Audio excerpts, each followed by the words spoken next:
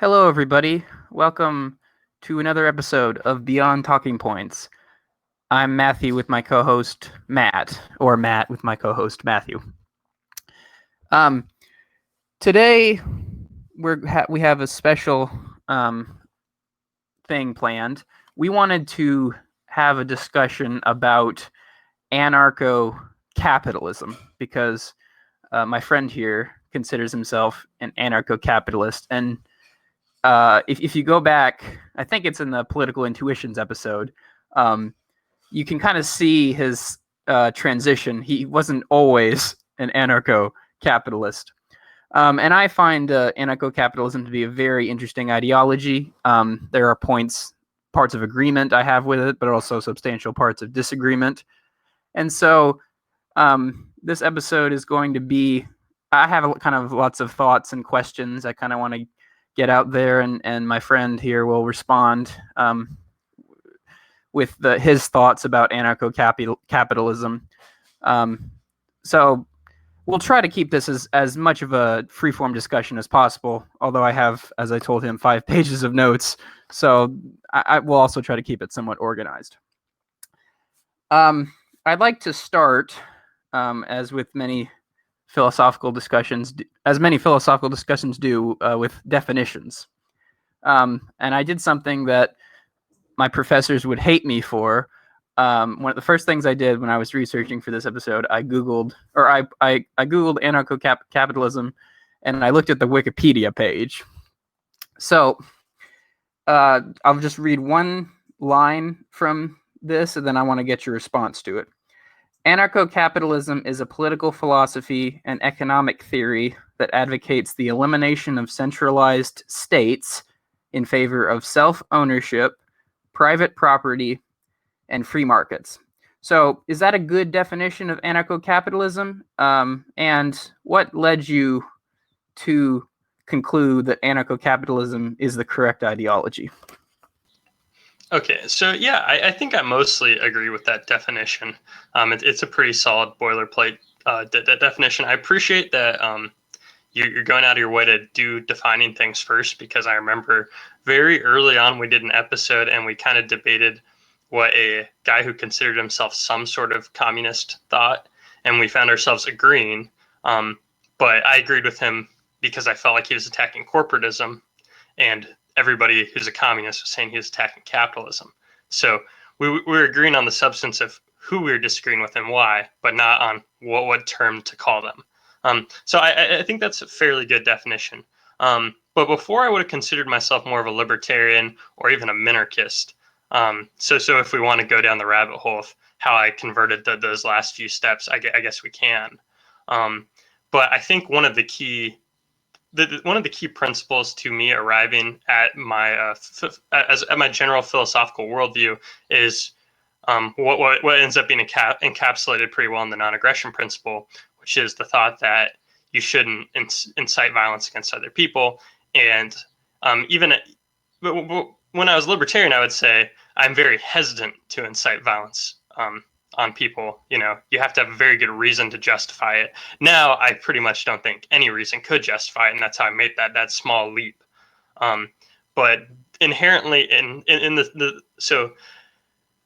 one of the reasons why it's important to get rid of the state is because the state in itself is not consensual. You were generally born there, and you have to operate under their rules, and it's not a voluntary action. You didn't agree to any kind of contract, and there are philosophers who will try to convince you that there is some sort of contract that you have agreed to, but I would reject a lot of those arguments. So since I think the state is inherently coercive and non-voluntary, it needs to be abolished. The only term in your definition I don't love is free markets, just because people conflate free markets with things like unfettered capitalism and corporatism, and it's one of those like scary terms that gets thrown around a lot. I think free markets is just freedom of association and the right to make contracts with anybody you want to make a contract with. So it's less about focusing on the economics and more talking about socially you can interact with anybody in any consensual way. That's what a free market really is, but that term gets kind of obfuscated. Is that a good starting point? Yes, it's a very good starting point. Thank you. And that debate, I believe you're referring to the interview I sent you of David Harvey, the English geographer, Marxist geographer.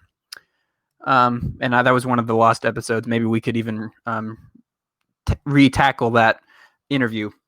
But that's actually a good. That brings up the next point or question I have. Some people would argue that the history of industrial civilization is the history of state capitalism. So my question is, have we ever had true capitalism, and what are the distinctions in your mind between true capitalism and state capitalism? Or do you just not agree with the that dichotomy? I think there's a couple ways to take that question.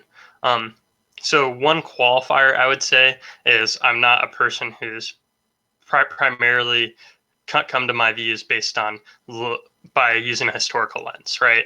I was an economics student, and I quickly went from economics into a lot of political philosophy, and those two things have been my core focus as a 23-year-old who has only been interested in these topics for a handful of years compared to some people who have spent their whole lives studying it. So on the historical aspect, I can only make some broad sentences. Now, I will say a lot of things on like the industrial era are in times where we did have large states who were, doing things like imperializing other territories. And it's not unfair to say that a lot of the corporations that were big and people associate with capitalism were directed essentially by government officials who wanted their country to, to specialize in certain fields and industries. I don't think that's unfair to say. And I was actually having a discussion with my buddy when he was trying to think of scenarios that wouldn't really be considered a state. Like for one thing, he threw out was like tribes of Native Americans, and if that would qualify as a state. And I think that's an interesting way of thinking about it. It's like what makes something a state, and I think it would be the coercive manner. But that's why in your first initial definition of anarcho-capitalism, it's a philosophy of self-ownership, right? So if you're in a tribe of people, I mean, if you've all consented to being in a tribe of people like a commune, and it's on your private property and you work together, that's fine. But it's almost like a state of sort. You've just consented to that state, right? So I don't have as much of a problem with that. So really my main problem with the state is the coercion, if that makes sense. So if you're asking the question, has there ever been a situation where there isn't a state?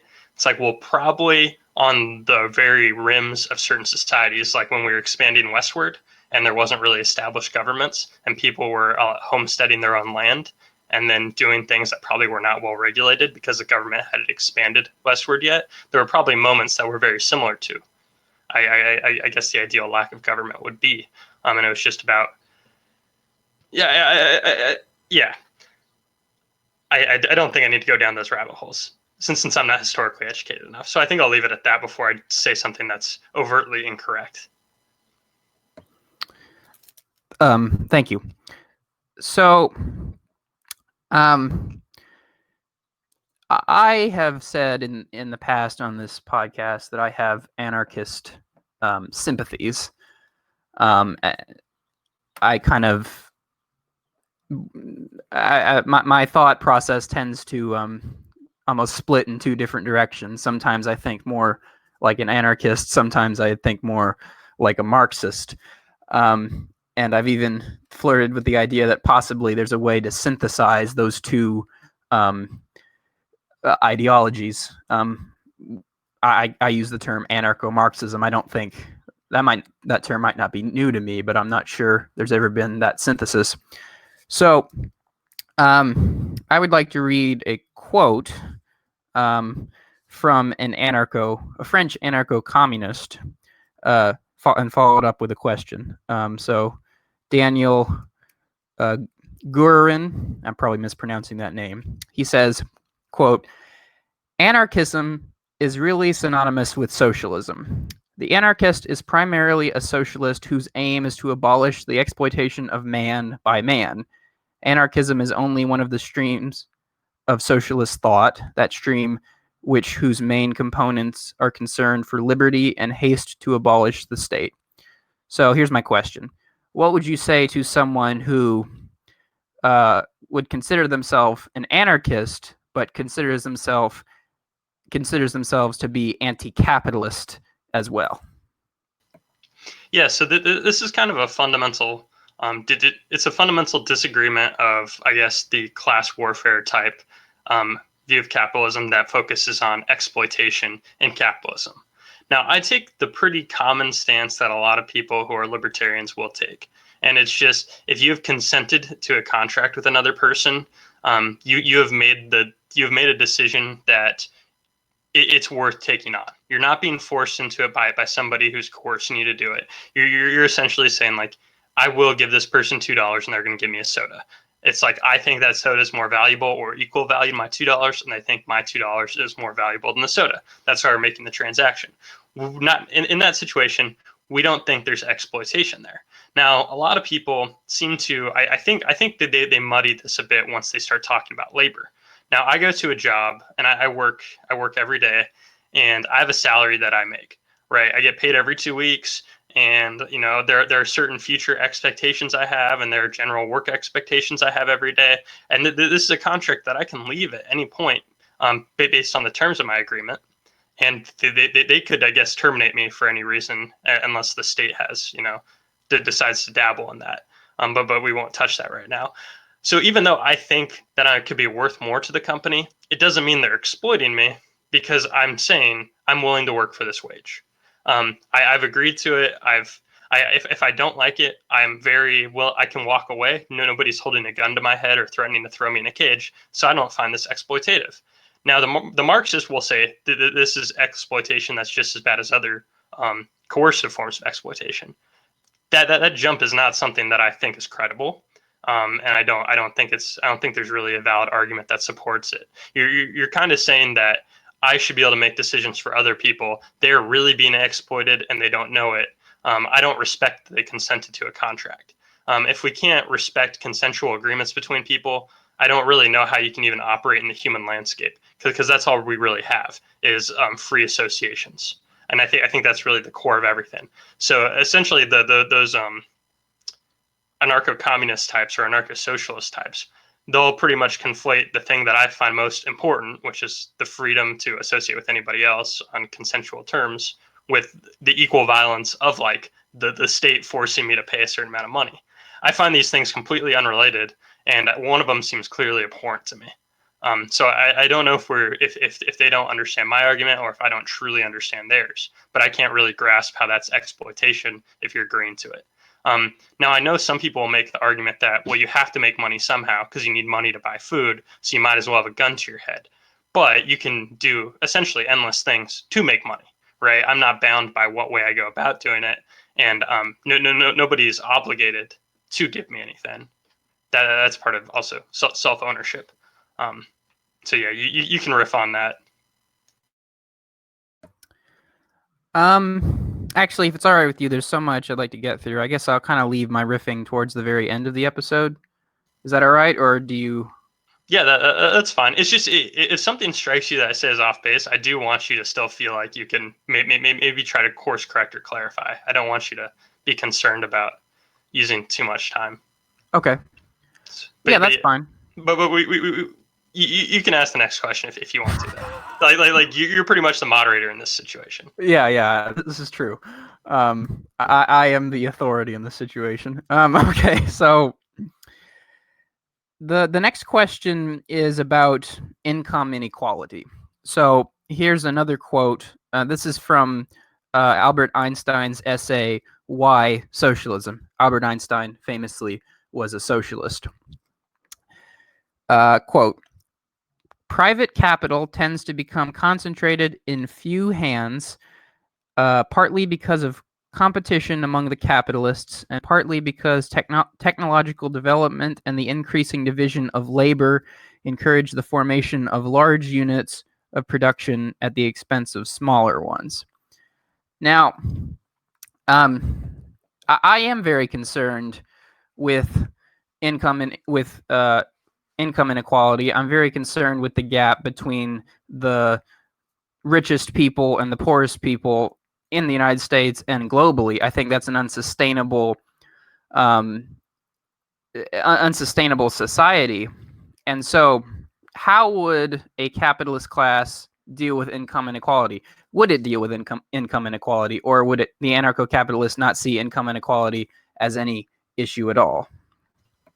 Okay, so I do think this is an interesting question, and I'm not going to hand wave it, I guess, in the way that I don't think is necessarily wrong, but is a hand wave that you often hear from people who are right wing, and that typical hand waving is something along the lines of income inequality doesn't matter unless the real issue is poverty, because when people are impoverished, they're actually suffering. If we both have great standards of living, but mine's much higher than yours, the income inequality doesn't matter because you're not suffering. Right, you just have less than me. That there's nothing inherently wrong with that. So I do agree. Obviously, I don't think there's anything inherently wrong with unequal outcomes by any capacity. I don't think the fact that Bill Gates is rich is necessarily a bad thing, because if somebody becomes rich fairly, that's not an issue. So the unequalness isn't really the problem. Now, I think the real argument, though, and why I'm not completely satisfied with that right-wing response is it doesn't really address the big picture hypothetical concern that we haven't really hit yet. And that's kind of when you talked about it potentially being unsustainable. On one hand, I would more like you to flesh that out, but on the other hand, I think I can flesh it out anyways. So I'm just going to attempt to do that now. And I think what you're hinting at is economics of scale, right? The concept of if I tried to make a bottle of ketchup, it'd cost me like $200. No. Bottle of ketchup, very bad example, because ketchup is not hard to make. A pencil, though. I pencil is a famous essay. If I tried to make my own pencil and everybody had to make their own pencil, a pencil would cost a lot of money. But a dude can open up a pencil factory and he can mass make a ton of pencils that are exactly the same for a very low cost. And then this can lead to him reaping in all the potential profits for pencils. So then it makes sense for, well, there should only really be one pencil producer because this guy can do it the most efficiently. So one of the reasons why I'm not as scared as this kind of transcendental, omnipotent concern of a widening gap with these capitalists mastering economies of scale and everybody else suffering is the way that capitalism has led to tons and tons of niche products, right? So you could imagine something as vague as, well, like, people should be able to make TVs the cheapest. It's like, yeah, we still have dozens of TV brands because there are different kinds of TVs. But then when you start addressing topics that are any more gray than a simple product, right? So you start talking about video games. It's like, well, there are plenty of things that are not scalable, right? So even though Nintendo can have a huge block, there's still going to be room for all these people hitting niche markets. And that's actually why, if you look at some of the biggest anarcho-capitalist philosophers like Ludwig von Mises, he spends an immense amount of time talking about the value of the entrepreneur. And a lot of the problem with the state is the state actually, a lot of the laws the state makes usually end up indirectly protecting big business. And the state has crowded out small business in a lot of ways. If you think about Amazon gets harassed by left-wing people all the time for not paying people more than $15 an hour. But Amazon petitions for a $15 national minimum wage.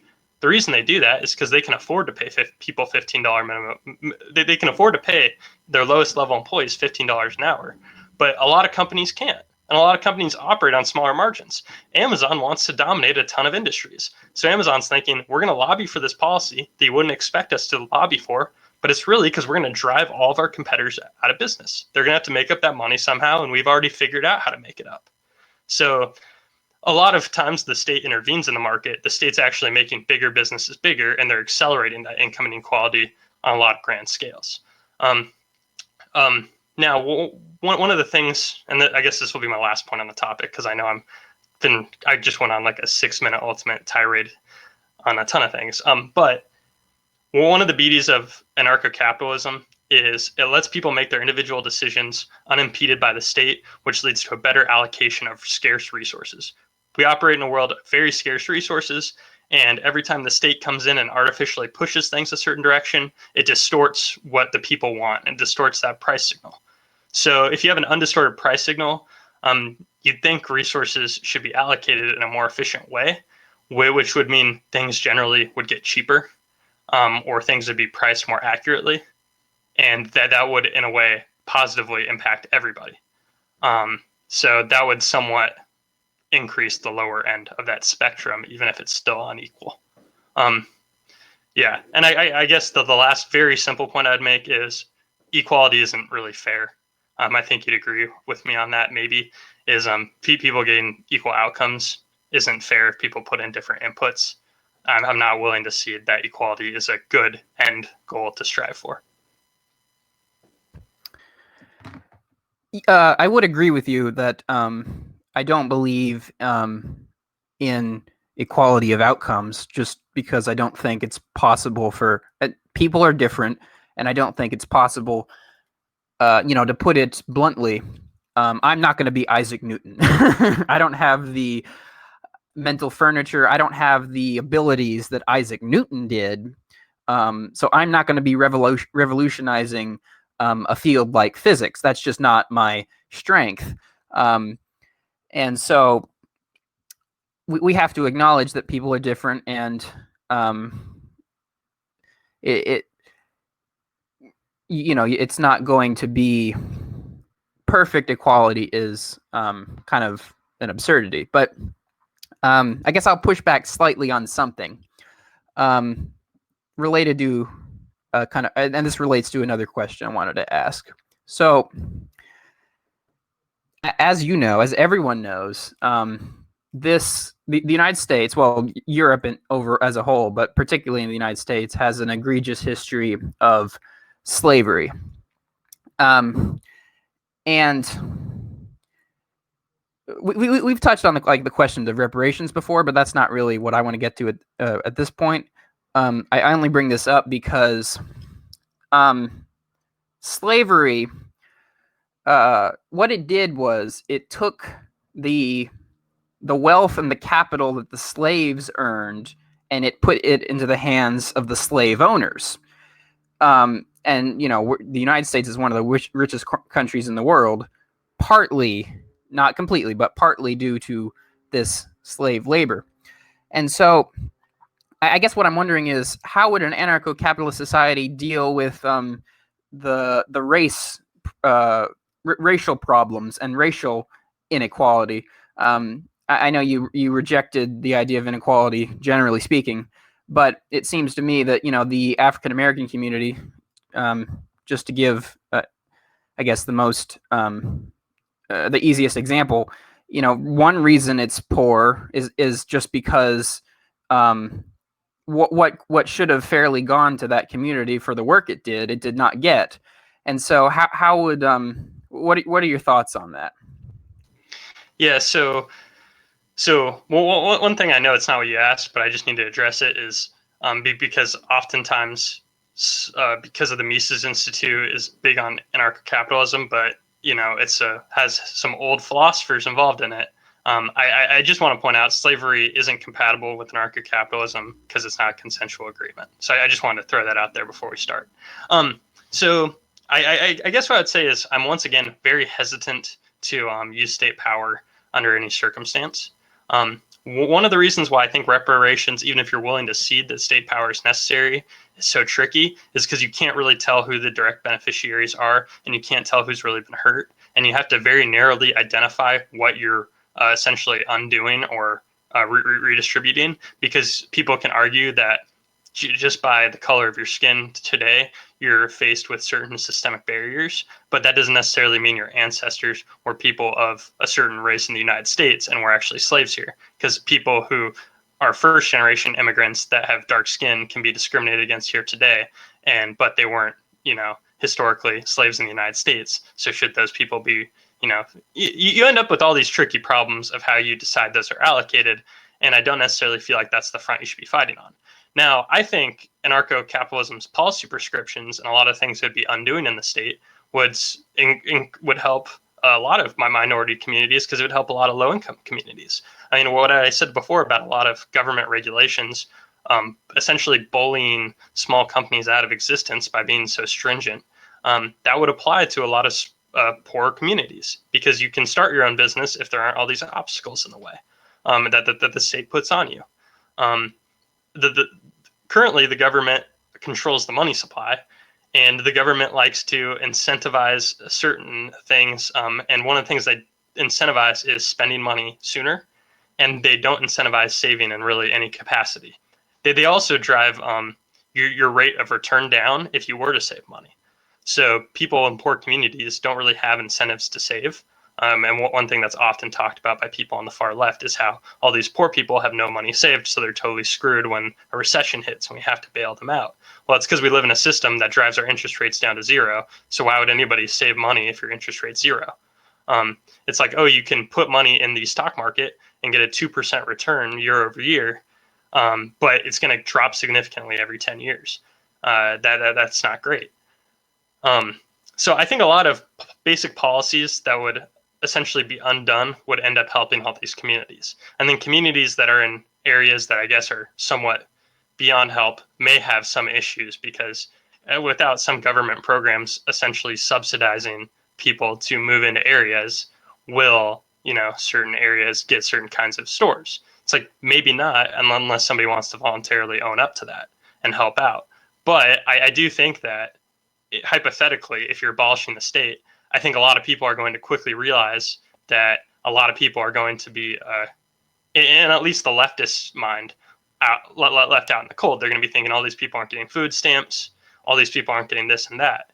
And I think that would lead to a resurgence in actually using charity for lower class people instead of middle class people. Because right now we have a lot of middle class charity funds to help people with things like secondary education, but you're not helping people who are actually poor because the government already does that. So I think we'd see a resurgence in that, and then those people just be helped out in ways that are less based on aggression and more based on people wanting to help each other. I don't want to get too stuck on this point, but I guess there are two quick things I'd like to say, and then you can respond, and then we'll keep going down the list. Okay, first thing. I think, well, I guess there are two parts to this first big thought, which is, one, that there are ways to figure out who was not a slave, and two, I guess what my point is, the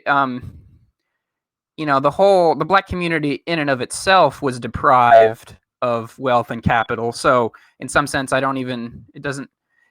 matters to me slightly less to figure out exactly who was and was not a slave, or who was and is or is not the ancestors of slaves, because the whole community as a whole was harmed. And then here's just a quick question. It's kind of a silly question, but I wanted to get it out there anyway. What would happen in an anarcho-capitalist society if someone wants to sell themselves into slavery? So they say no, I don't want to be a free person. I want to be, Bob's slave, and Bob wants a slave. There's no government to say there is or is not, that slavery is or is not allowed. It's just, those two people. What's wrong with that technically consensual relationship? Okay, so to address the first part, I think what you said kind of in itself kind of showed the problem I was trying to point out, where you're saying we could trace back slaves, but isn't the whole community hurt? And I feel like we'd have a hard time even narrowing the discussion of who deserves reparations, because a bunch of people are going to say, I'm okay with direct descendants getting them. And then some people are going to say, well, I still think there is systemic racism, so I think these people are part of the community that has been hurt. So I think it's hard to allocate, and that's the problem with the state in general, is every policy picks a winner and a loser, and you have to decide who are the winners and the losers, and that's always going to be unjust. So I think that's kind of the problem there. Now, I like that you brought up that example, because it's this really funny side of radical anarcho-capitalism. I'm a big proponent of Walter Block, and Walter Block has a few fun scenarios. I think one of them, his example of selling himself into slavery was his hypothetical. I think it was his son needs a kidney, and he knew somebody who could give him his kidney or whatever, but the guy wanted a slave, and he's like, well, I should be allowed to make a contract to sell myself into slavery to this guy for saving my son's life by giving up his kidney. I don't see any reason why that shouldn't be allowed. And I think the whole problem with slavery is the fact that it's not consensual. If somebody wants to do something that's consensual, I don't have a problem. This also brings up another fun example from Walter Block. I haven't read this one. I think it's in one of his books I haven't read yet, or he just discussed it. I think it was called Murder Park. And the idea is everybody who goes into it essentially consents that there are no rules there, and people are allowed to engage in any kind of violence to whatever degree they want once you enter Murder Park, and everybody is very aware of that being the rules of Murder Park, then Murder Park should be allowed. And I think I'm fine with that. If people want to do things that would be seen as outrageous, it's kind of like UFC. In UFC, people go and they beat each other to a pulp until the referee stops it because they enter a thing where essentially violence is legal on each other as long as it's within certain parameters. So I don't see why that should not be allowed. It's all consensual. Thank you. So this is another fun question.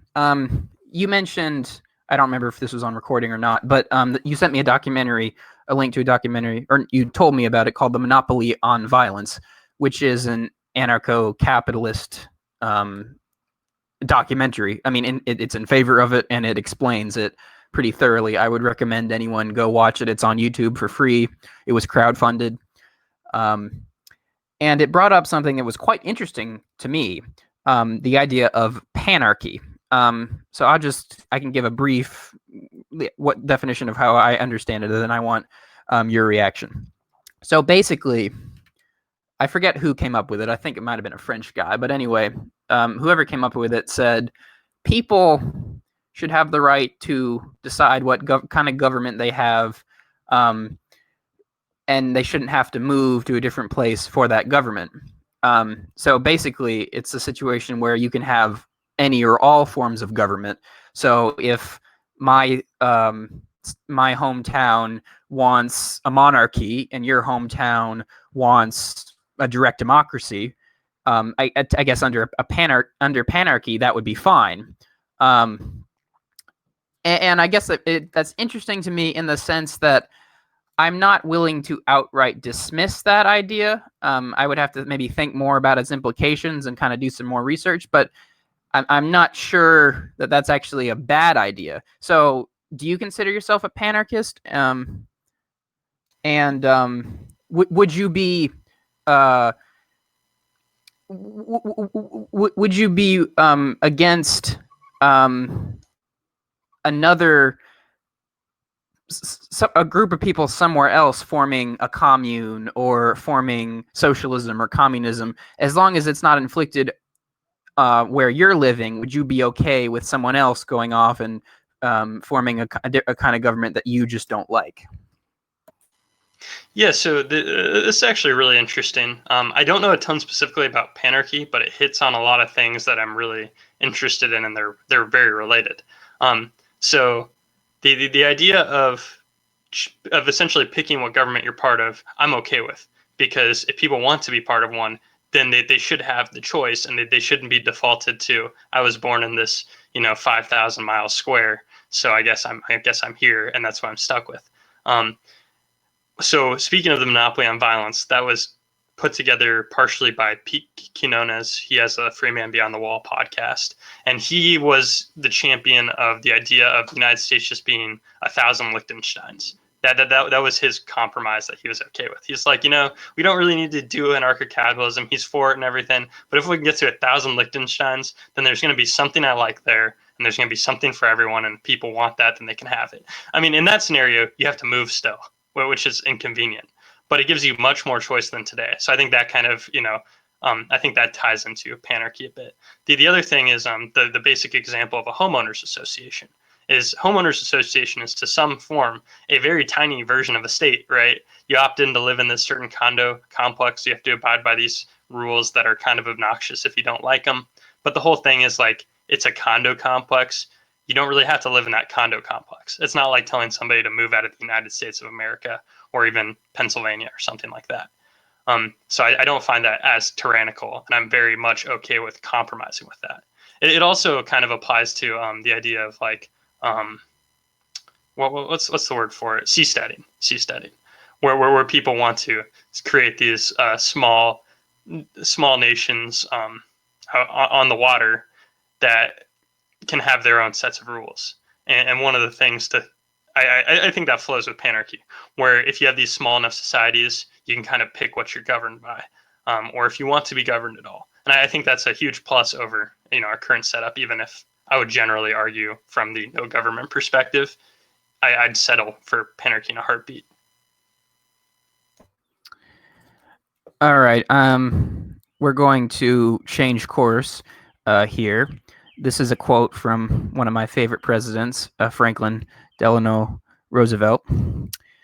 Quote, "Taxes, after all, are dues that we pay for the privileges of membership in an organized society." So, in what ways do liberals and socialists misunderstand taxation, and is taxation theft? Wow, it's almost like you didn't want me to listen to the quote because you wanted to trigger me by calling FDR one of your favorite presidents. But I'm not going to talk about FDR. I'm going to talk about the quote. Well, one, it's a bad analogy because if you're a member to something, you usually opt into a member. How many memberships do you pay that you're born into besides taxes? I would wager that it's zero, unless you're paying different taxes because they didn't exist when you were born. Or because you moved to just a different local jurisdiction.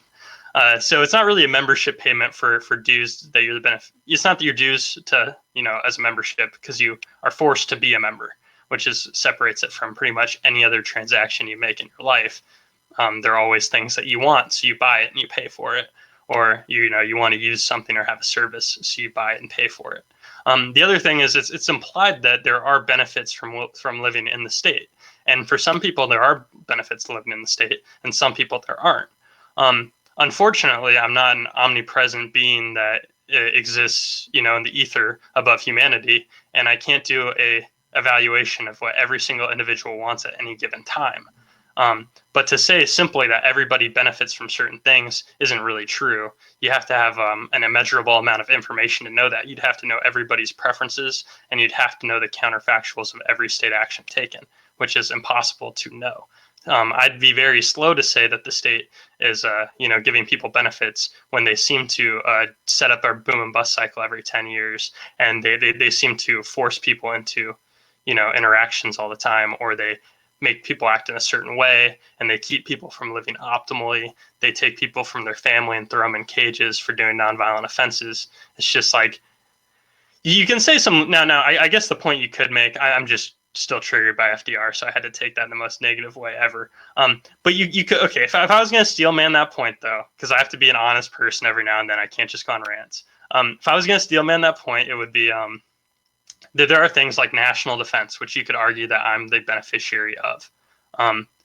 So to stand by that point, you have to assume that our national defense has actually, and the things our military does, has ended up protecting me and making my life safer.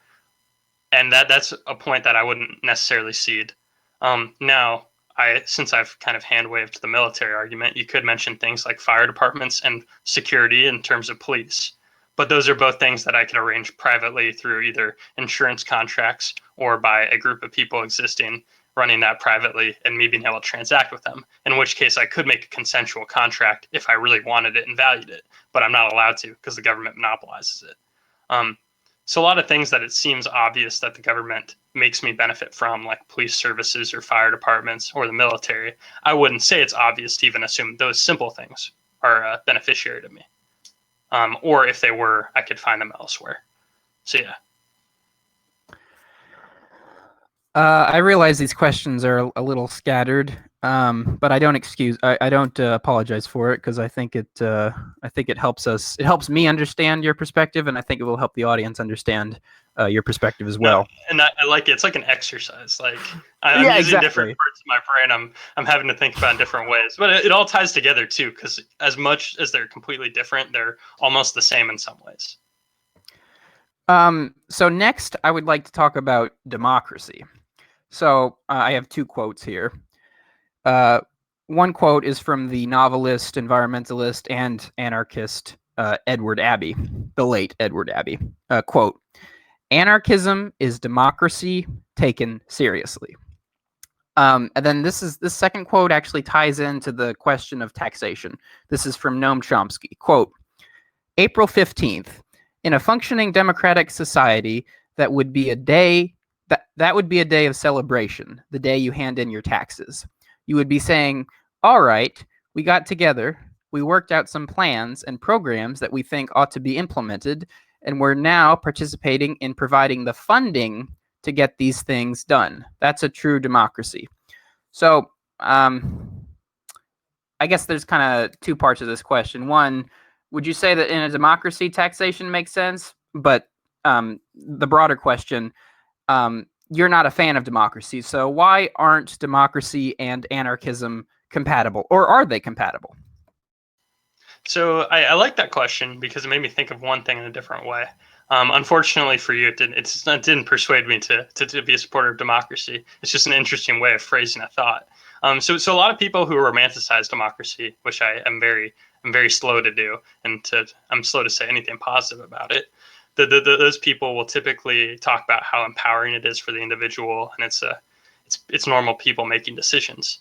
And the first quote about how anarchy is democracy taken seriously, I think I'm willing to see that's a fine point if you think of it as this. Anarchy is the spirit of democracy. It's you having full power over your own life, and it's like the ultimate form of self-ownership. You have the ultimate power because you can make all your own decisions, and nobody can stop you. You can interact in the most free way. So if you think of democracy as the individual voice and the individual power, then anarchy is that taken seriously. Unfortunately, democracy is a very collectivist thought usually. That's why a lot of people who say we don't live in a real democracy would be, and then they fill in essentially their somewhat communist Marxist utopia. Usually romanticize things about the workers, and it's generally a collectivist thought. So I guess that's how I'll rotate into Chomsky's point.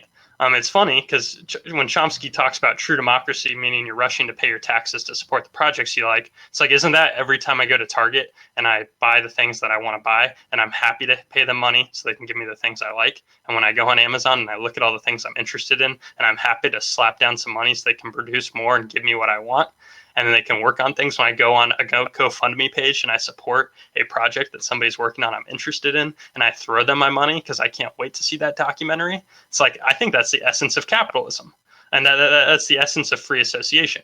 And it's funny that if he pushed back and said something about like, no, we will talk about this, sit in a room, and we come to agree on all these big things we want to work on. It's like, what person has ever been very happy with compromise? And what society do you think we could live in where the whole millions and millions of people are happy compromising on issues that are generally very polarizing and contentious? It's like that can't happen. I don't think that's possible. I don't think that's compatible with typical human behavior. So I think what he's describing on his face sounds more like capitalism than any kind of democracy that could exist. All right. Next, I have, I guess, what I would call the speed round. I'm just going to ask you a series of questions. You can give just very brief answers, and then after that, I will give some of my thoughts on anarcho-capitalism, and yeah, we'll see where that goes. Okay. So, how would an anarcho-capitalist society effectively deal with climate change? Oh, okay. Why is this a speed round question? You remember the point I make about people's property being what they can defend or who they can ensure to defend it? I think that's how it would work with climate change. So once it gets bad enough to where like a group of people are polluting so much that it starts bothering other people, then other people will take action against that bad polluter, right? So I think that's the response to that article you sent me that raised that objection. Is it's similar to encroachment on property rights, where once you find it's a problem, you're going to address it, and some sort of arbitration would decide how to handle it, which would probably be better than what we're doing now. How would an anarcho-capitalist society deal with nuclear weapons? This actually ties into why I'm not that scared about not having a standing military. The threat of some people in a society having nuclear weapons would make it less of a target to people who, for some reason in the 21st century, might want to invade us. If people could just have what other weapons they want, like if I had a bazooka, then if people even had the possible fear that a random citizen might have a bazooka, you're less likely to try to take over the small 1,000 population town next door if you're concerned that that's a real threat. So I feel similarly about nuclear weapons. Is postmodernism compatible with anarcho-capitalism? So Thaddeus Russell, there was a Soho forum debate between Thaddeus Russell and I cannot remember his name, but he's in that Jordan Peterson circle. If you heard it, his name, you'd probably recognize it, but I cannot remember at the time. Thaddeus Russell pretty much argues that postmodernism is the most compatible with libertarianism, and it's the best case for it. And I think the whole idea of the socialist calculation problem where you can't know what people's preferences truly are, that kind of jives with postmodernism in a way where you can't really assess these subjective dispositions. So I think in general, if you adopt postmodernism, it's hard to force things on other people. So I think in general, with like libertarianism and anarcho-capitalism, it works pretty well. What would war look like under anarcho-capitalism, or would there be war at all? So you have to think how many wars in the current day are about pieces of land. And a lot of those sound more like Israel and Palestine. How often does that happen? Like, are we actually concerned that China's going to be sending people in planes to occupy American soil? I don't really think so, because there's not a lot to gain in the 21st century with everything digitalized. So a lot of war is less about taking land and owning land and being an imperial like nation, and it's more about control, really. And that's what they do domestically and in foreign circles. So I don't think it's the biggest concern. I think it's almost safer if the United States was 1,000 small, isolated countries than one giant one, because it'd be more unpredictable. You couldn't predict how any of them would react if you tried to do anything against them, so it'd be scary, and you wouldn't want to mess with them. So I think there'd be less war. Are you for or against intellectual property? This is a question I really like. I would say I have a book on my to listen to list by I think Stephen Kinsella. I might be name dropping the wrong Mises Institute person when I say that. I think I'm pretty sympathetic to the argument against intellectual property, because you have to use the threat of violence to defend it. Yeah, I haven't heard that many good arguments for it that aren't consequentialist, and I'm not sure the consequentialist arguments for it are actually as convincing under scrutiny. So I'm hesitant to say I support intellectual property. What would education look like under anarcho-capitalism? Probably there would be, I think it would be really different in the sense that a lot of education isn't with the goal to educate. And I think that sounds very provocative, but if the United States truly wanted to make people good at math and English, then they would teach us in much more effective manners. And the fact that most kids are not competent in those things, and they're mostly competent in learning how to take orders, which is great for getting a job in the 21st century. Then, so I guess what I'm saying is there would be no state to put that kind of intent in there. If parents want their kids to be a good worker in a practical setting, they could find that education. But if kids really want their kids to be great engineers someday, they're going to get different kinds of education. It's going to be a lot more decentralized and a lot more specialized. If people aren't fundamentally rational, how would an anarcho-capitalist society be able to function? Well, I reject the idea that somebody could be fundamentally rational, like that a platonic ideal of a rational person exists, because you'd have to understand everybody's subjective preferences to create a rational person. Since I think the question should be, if how can a state be run if nobody's fundamentally rational? It's like, of course, anarchy is better, because you're not enforcing your irrational whims on other people who might not share your irrational whims. Final question of the speed round. And if someone wants to learn more about anarcho-capitalism, could you name a book that you've read that has been really influential to you, if someone listening wants to know more about that ideology? Yeah. So I guess it depends where you're starting on the I guess the where you are in your political identity at the point. Because when I was in college, I listened to Basic Economics by Thomas Sowell, and that's like a pretty good takedown of most state interventions in the economy. But it's definitely not anarcho-capitalist. And if you tried to name drop Thomas Sowell with certain academics in like Austrian economics, they would probably point out that he's more Chicago school, and they have different views on certain things like the Fed. There's a lot of literature that's okay. So I guess I would say Tom Woods has a book about the 2008 recession that's really good. It's called Meltdown. Meltdown. I had to struggle to pull that one out because I've read a few on that topic. So he's a great Austrian thinker, and he breaks down pretty much how the state started all that. And if you can start unraveling how capitalism is blamed on corporatism, then I think that's a good starting point.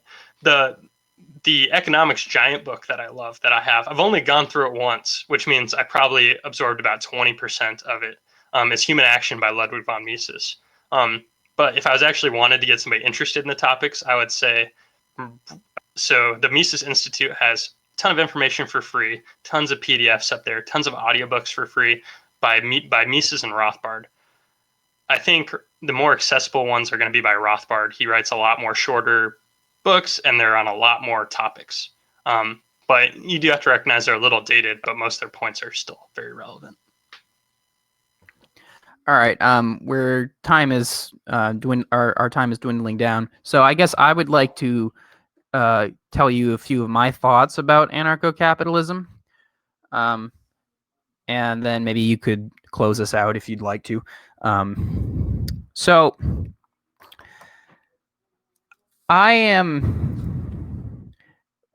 when I think a lot about capitalism and the history of capitalism, and I know you did admit that's not your strong point, so I don't feel the need to comment too much on that if you don't want to. But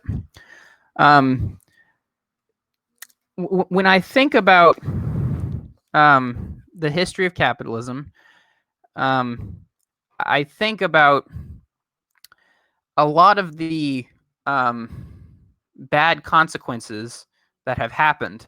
Now, of course, you could say, well, that's state capitalism, not true capitalism. But I guess I'm not sure that's a legitimate objection. And I just thinking about it. I brought up the slave aspect. I mean, the Industrial Revolution led to a increase in use for slave labor, particularly the cotton gin, the invention of the cotton gin. The Industrial Revolution led to colonialism, as you mentioned, fighting over land. Child labor was implemented during the Industrial Revolution. There was a dramatic decrease in people being practically forced to move to the cities, and so there was there was poor plumbing, poor sanitation, and that led to a cholera epidemic in England at least twice. And a lot of people in 1831 to 1832, about 7,000 died from cholera, and between 1848 to 1849, 15,000 died from cholera. Tuberculosis rose, partly due to the cramped conditions of the cities and partly due to pollution. If you think about a lot of the deaths that occurred due to mining, and life expectancy went down. In London in 1841, the life expectancy was 37, and there was even a connection, I think, between the Industrial Revolution and alcoholism. So I'm not sure that, and this kind of gets back to a broader point, which is that when many people talk about socialism, if you watch a video by PragerU about socialism, they'll talk about, socialism has been, or communism or Marxism, has been the result of the deaths of hundreds of thousands. That's not really debatable. I guess my point is, capitalism has also led. This doesn't excuse the deaths promoted, the deaths that occurred under socialism, of course, but there's also been a lot of death under capitalism for many different reasons. Would you like hear my second point, or would you like to comment on that first? I'll jump in, and I think we do have more time than you might think, because we have been running like a bit over an hour for the last few episodes. So maybe we could, if we end up deciding to time can allow a little bit of elaboration. So there were 4 things I jotted down. So one is about child labor. Child labor seems to us people who are living in 2020 seems abhorrent. It's like I'd hate to think of a 8-year-old doing manual labor somewhere. But I did take a course on globalization, and a lot of second and third world countries can still have child labor nowadays. And I did find that places that got child labor banned in developing countries that still had a lot of child labor, those places, those kids ended up doing things that were often worse. Or by banning it, it ended up making those kids' lives worse, because then they'd either have to go into different things that were more illegal if they wanted their kids to make money for them, and you can only imagine how horrendous that could be. Or they usually wouldn't end up getting an education because they'd be needed for certain things. It didn't end up being a valuable thing to ban them from working as a child. So I think that might more have to do with the development of a country and how scarce resources are in a country, right? And I think one thing we didn't touch on is trade, and how that would elevate developing countries, because right now states are killing people by putting embargoes on other countries or putting artificial trade barriers, and that keeps second and third world countries' goods higher because they have to create them within, or they can't import things that are cheap. So the other couple things I just want to chime in on was how you mentioned deaths in mining and life expectancy decreasing. So there are a lot of risky jobs, like working on like oil rigs and stuff like that. But people could consent to do these jobs. People wanted to be miners because they wanted to have money. They knew those were the better jobs. People weren't a miner because they woke up one day in a town and they said, "Oh, you have to be a miner." It's like they chose to work for that person. And there's a whole economic concept called monopsony, where it's like the idea of the only employer being in town being the mine. I don't think that could potentially be historically argued, but I would have to say these scenarios are becoming less and less numerous in the modern world. So a lot of these arguments feel like they might be arguments for us not having anarcho-communism in the past, but I don't see how those are necessarily relevant now. And the last thing is, it seems like anything you've mentioned about being capitalism, I feel like you might just think anything with a profit motive, or profit motive is the defining aspect of capitalism. And I kind of reject that. It's all about the freedom to do the job. And if people wanted to work in bad conditions, it's like there was a reason. It's because if they didn't work, they lived in poverty and didn't make any money, and they would rather do a bad job but get to feed their family. So I don't see why that's a detriment when you compare it to the counterfactual.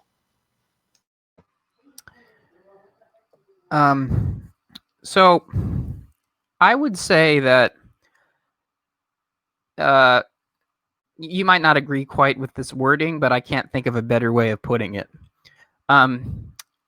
Within a capitalist framework, anarcho-capitalism is the most revolutionary you can get.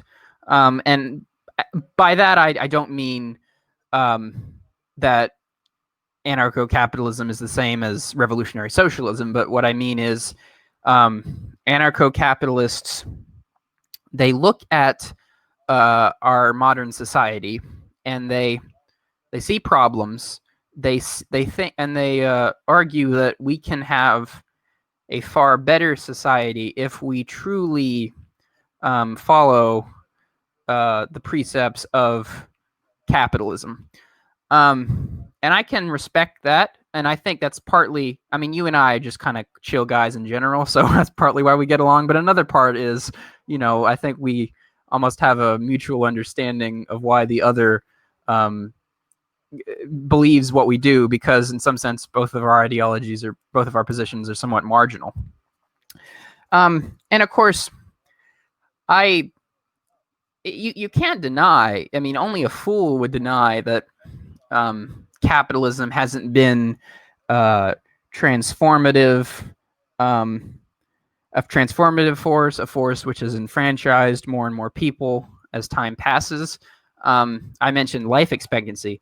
At the beginning of the Industrial Revolution, at the beginning of capitalism, it can be argued that life expectancy decreased, but in the wealthy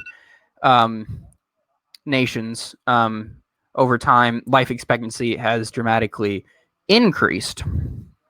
The other point I want to make, though, is, and this is where I'm going to start to sound a little Marxist, so forgive me, but this goes back to the non-aggression principle. It's very interesting to me, the non-aggression principle, and it's because it seems to me that that's a very bourgeois, elitist concept. I mean, for a property-owning capitalist, it makes sense to be against using force and violence. Because I mean, you would basically be a hypocrite if you said, no, I believe in that you can just take something by force. You have to instill this idea that no, force is bad and wrong, so you don't get your stuff taken away. And I'm just not sure. I'm not sure that force is always wrong, and I'm not even saying that's what you're saying. But just to take an example off the top of my head, I kind of bring this up. I brought this up before, but Abraham Lincoln, during the time of the Civil War, he forcibly kept the Union together and forcibly ended slavery. Now, of course, you can say, well, the government also perpetuated slavery. This is true. But can I say that, Abraham Lincoln was a bad person and a dictator because he forcibly made the United States give up slavery, and he forcibly tried to create a somewhat integrated society? No, I don't think I can. So this kind of goes back to what you said, that how in some ways it's like you view the ring, the Lord of the Rings analogy you use. You view the ring as evil; it must be destroyed in Mordor, and I kind of view it as, well, we have the ring, so we should use the ring. That would be my second point. Okay, yeah, the Abraham Lincoln scenario I think is a bit of a not a good one to get bogged down in, just because, like, I already think slavery is incompatible with the non-aggression principle. So at that point, it's like doing things to help those people who are being infringed on their self-ownership and stuff like that. It's like you could really justify anything because those people have been aggressed against. So the Abraham Lincoln one's kind of hairy. Now, if a state wanted to secede from the Union, and it was for any other reason, if Texas decided to secede from the Union tomorrow, and people wanted us to essentially violently keep them in the Union, I would think that would be I'd easily pick the side of Texas, because they haven't done anything wrong. They're just trying to secede. But I don't think we want to talk about secession. But secession is a very interesting topic, because once you remove the slavery aspect from it, because that's just the main time people think of it, that flashpoint, it's an important thing to think about. I guess to go back to the non-aggression principle and it being bourgeois, like, I don't own property in some extent. I rent, but the thing is, since I rent this apartment, I pretty much own the property for a 12-month period of time. So I don't think, like pretty much everybody who's not homeless, in essence, owns property because they have a lease on property for a certain amount of time, or they live with somebody who owns property. So that makes me kind of think, was it that of a high class thing, if almost everybody except for the homeless population manages it? So I'm not sure. I'm also not sure if that's, I guess, particularly relevant. I think it's a good point regardless of the origin of it, and I don't think it's just because I own property. I'm not sure if there's anything I should add. Obviously, I'm okay with violence once that pact has been broken, right? So if somebody comes on my property and seems like they're going or want to take my stuff, or hurt me or somebody who's on my property, I feel like I should be allowed to do something about it. And I'm kind of for anything goes as long as it's on your property and everybody's aware of those rules. That's why I think that idea of murderland is so funny. But if you make the contract to enter is you have to abide by these rules and nobody has to enter it if they don't want to, then I don't see why you can't have things have whatever you want in them. So I guess I want to say that little piece about the non-aggression principle. But the last thing is I don't know if I consider myself particularly revolutionary, because in a way I feel like it would be so easy to get past the harms of the state here. I just don't think it's politically palatable or feasible given the system. So that does leave me in a weird spot of how to get from A to B, and that's not what I'm primed in. You know, I have mentioned to you off camera agorism a few times, and we talked about that a little bit, and that's kind of finding ways to economically secede from the state because you're engaged in gray market activities, and that's something that's definitely captivating to me. I just don't know how. I don't know how accessible that is for people unless they live in like the middle of nowhere and can grow their own food. I don't know how accessible that is for me, who has half a backyard that I rent and won't be mine in 12 months. I can't really start my own garden or maybe find farmers markets.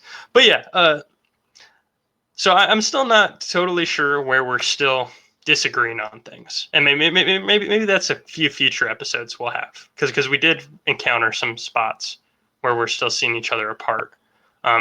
And I do want to dwell on those, but we're a little over an hour. So do you want to add on to what I said, and you can send us home? Yeah, of course. Yeah, well, this is kind of a topic that almost really deserves its own episode. So I won't go too deeply into it, but the question of when direct action is justified, that is a question that I'm, grappling with. And again, I'm not advocating that I, send anyone who disagrees with me to the gulag. That's terrible and evil and wrong and barbaric. And I would never defend that. And I another person I bring up a lot, I always bring up the same people, I feel like, but Slavoj Žižek. I watched a documentary about Robespierre and the French Revolution. And Žižek brought up an interesting point, and he was actually using a religious argument. He brought up the point that there are like two aspects to Jesus's theology, philosophy, however you want to call it, or whatever you want to call it. There's the part where there's the Jesus that is saying, turn the left cheek. There's the Jesus that says, give unto Caesar Caesar's due. And then there's the Jesus that says, you're not a true Christian if you don't hate your mother and your father. You're not a true Christian if you're not willing to fight for this cause. And I bring peace, and I don't bring peace but a sword. And then he brings up Gandhi. In some of Gandhi's writings, Gandhi says there are situations where not doing anything, not taking sides, perhaps not even initiating aggression, is taking sides and is initiating aggression. So I guess that would be my sticking point. But again, we would really need more time to dwell on it. And I'm also afraid how far I can go. I don't want the FBI knocking down my door. But do you want to add anything, or should I close this out? Yeah, I'm not sure if we'll. Okay, I do like that you mentioned that topic. Maybe we can chat about it off air, because I have thoughts on it, but my thoughts are so simple that I don't think we'd have full episode of material on it, and maybe I'll just come up at some other point, and I can clarify that later. But I think we're good. I think we wrapped it up. I do want to reiterate because I don't know if I put in a stellar performance, but there were some parts that I felt really proud that I knew what I was going to say at like the second you asked the question, because I did not know a single thing you were going to ask me. So I will say if anybody who is sympathetic to my cause listened and was a little disappointed in my responses, it's like I was doing it on the spot. It was an hour. It was like 50 minutes of straight questions. I'm 23 years old. I've been in ANCAP for like a year. It's like you got to give me some credit and just trying. But yeah, so other than that, you can find the video version of the podcast by searching, the Anti-Philosopher on YouTube and throwing in like Beyond Talking Points after that, and you should be able to find all our episodes. If you go on any podcatcher, I think in general you should be able to find us just by searching Beyond Talking Points. That's Spotify and Apple and all that good stuff. And yeah, I think we're gonna bounce back to Peterson Harris at some point because they still have a few more debates we gotta talk about. So we'll be doing all that good stuff over the next few weeks. So yeah, if you guys enjoyed, make sure you tune in next week. Check out our backlog. And signing off, it's Matt and Matthew.